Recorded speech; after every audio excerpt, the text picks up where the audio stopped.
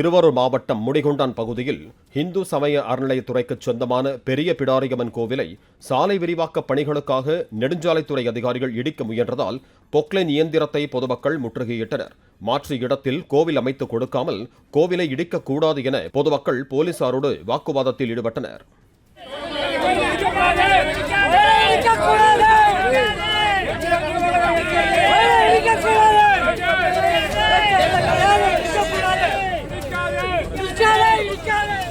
Play store மற்றும் app ஸ்டோரில் இருந்து பாலிமர் செயலியை QR கோடு மூலம் பதிவிறக்கம் செய்யுங்கள்.